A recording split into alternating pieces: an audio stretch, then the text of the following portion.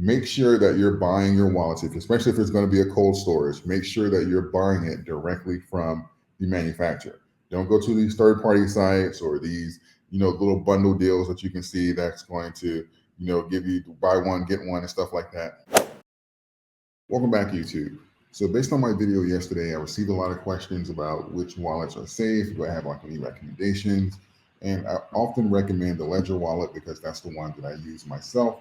But today I'm going to give you my top 5 that are going to fit the criteria that you need in order to be safe from exchanges. These are not saying these are the only 5, but these are my top 5 as far as for access, speed, reliability, credibility, and stuff like that. So before I start naming names, we have to kind of like define some terms here because I believe that is kind of going to be the foundation for what these wallets are and how they function.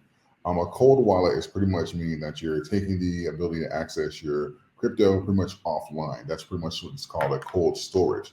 Warm can be necessarily saying that it's not with an exchange, but it's also still giving you the ability to have control over your keys. And I do have a warm wallet, what I would consider a warm wallet recommendation in my top 5. And obviously, if you go hot, then of course you are on something like a Robinhood or a large exchange where they're pretty much pooling your cryptos together in a few different wallets. And then you have things like custodial and non-custodial. Custodial is going to be similar to what I just said, pretty much saying that your crypto is being pulled together with everybody else's on these large exchanges within a few different wallets. Non-custodial is going to be when your crypto is offline and you're pretty much going to have to use and actually your key phrases to kind of like access the crypto. And more importantly, the exchange doesn't have access. So if you're watching this video and you're curious about which wallets are safe, you're looking at something like a non-custodial and preferably like a cold storage or just something that the exchanges don't necessarily have access to. It really just depends on how you're playing the coins, because if you're trading, then yes, I understand you're going to need some coins on the exchange, but for your long-term positions or the plans or your position that you don't plan on using right now, it's best to have it off of the exchange, out of their reach, so they can't use it against you. And if you're wondering what I have here in the background, this is Bookmap. Pretty much I'm looking at Bitcoin's liquidation chart numbers. So I'm pretty much just tracking the liquidations for Bitcoin today, because we know that this is one of the issues here that exchanges have kind of had with blocking access or stopping the ability to withdraw coins from exchanges. This is one of the reasons why, even before this has started happening a couple weeks ago, that I was stating that it's best to remove your coins from the exchanges. A phrase you're going to hear a lot in the community is not your keys, not your crypto, and that couldn't be more accurate. As these liquidations intensify, you're going to see more and more of these halts or more like these little pauses where they're going to have to come up with the crypto that supposedly they were storing the entire time in order for you to withdraw them. And who knows at what price they're going to execute. So if you're trying to sell Bitcoin at 20,000, will it execute at 20,000 or will it execute at 18,000?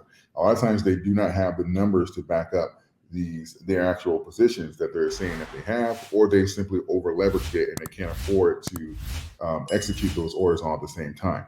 But either way, you guys are watching this video, so you're not going to have this issue. So my first 2 I'm going to start with are going to be cold wallets, Ledger and Trezor. I do recommend both of them. They are very reputable and they do offer the non-custodial approach, as well as having them being completely cold, so you can kind of store them in your place of your choice. You can put them in your pocket if you want, but they're going to be out of the reach of the exchanges. And as you guys know, I personally use Ledger, and that's why I have a link in the description section where you can buy the Ledger. And speaking of buying, I put this in the title as well, as far as for where to buy. This is very, very important. Make sure that you're buying your wallets, especially if it's going to be a cold storage. Make sure that you're buying it directly from the manufacturer. Don't go to these third-party sites or these little bundle deals that you can see that's going to give you buy one, get one and stuff like that.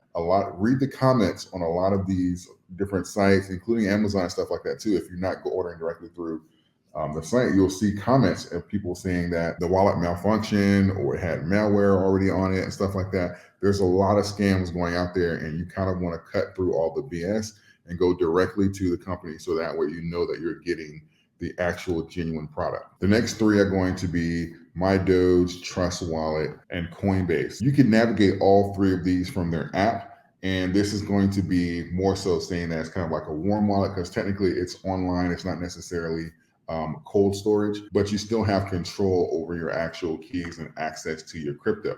MyDoge, Trust Wallet, and Coinbase, you're going to be able to access for the most part through an app.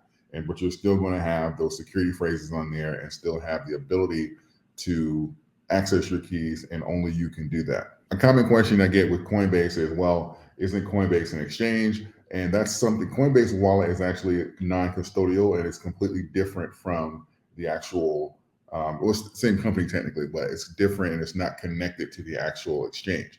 You do have the option to connect your account, but you don't need to even have a Coinbase account to use the actual wallet. So Coinbase is still non-custodial and is still separate from the coins that you may even actually have on the exchange. So even if you have a Coinbase account and your Coinbase wallet, what's in your Coinbase wallet is not necessarily going to be linked to your Coinbase account. So you can technically trade with whatever you have in your Coinbase account if you want to do that, or simply have it in your wallet. Again, it's a matter of preference to how you're planning on playing the coin, your location, because I know sometimes these wallets and stuff like that, not necessarily any of the ones I named, but I know with Robinhood, there's a lot of restrictions depending on where you're located at. And this can affect your speed of being able to get on and off platforms or exchanges. I personally just want mine in a cold storage because I know that a lot of these cryptos, there's roughly around 20,000 of them. And I know that a lot of them are not going to exist on the other side of this reset. We're going to see, especially over the next 5 years or so, we're going to see a massive, massive consolidation. I've been talking about it on my channel for quite some time. I do believe that's still going to happen. And I don't want any of these, because I don't know the positions over all these exchanges. And I don't want to be in a position where they're over leveraged in several positions and they're going to have to halt access or simply be liquidated altogether because they've had wraparound tokens or they lent out, 2-to-1, or these short positions. There's so many things that's going on here where they make money and they may kind of not survive the actual bear market, because everybody can make money in a bull market. But when we start seeing things like low volume and they're not making money on the trades, does this mean that they're going to start shorting more to make up for the low volume income? There's a lot of variables out there, and I simply don't want to bet my crypto on their integrity and stuff like that, which is already shown to be very minimal to begin with. I want all of you to be strategic in protecting your assets and making sure that you have access to them when you need them, and making sure that they're out of reach for people who are going to exploit them for their own personal gain.